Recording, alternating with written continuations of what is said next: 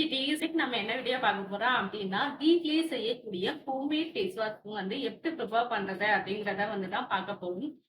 இப்போ face wash வந்து prepare பண்ணலாம். அதுக்கு ஃபர்ஸ்ட் ஒரு பவுல்ல அரை தக்காளியை வந்து சாறு எடுத்து எடுத்துருக்கேன். இது கூட வந்து ஹாஃப் லெமன் ஆட் பண்ணிக்கோங்க. நெக்ஸ்ட் இது கூட 1 டேபிள் ஸ்பூன் அளவுக்கு தயிர், 1 டேபிள் ஸ்பூன் அளவுக்கு கிராம் ஃபிளவர் ஆட் பண்ணிட்டு இது கூட வந்து 1 டேபிள் ஸ்பூன் அளவுக்கு ரோஸ் வாட்டரும் ஆட் பண்ணிக்கோங்க.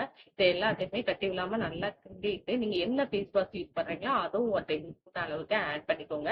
ஆட் பண்ணிட்டு நல்லா மிக்ஸ் பண்ணிக்கோங்க.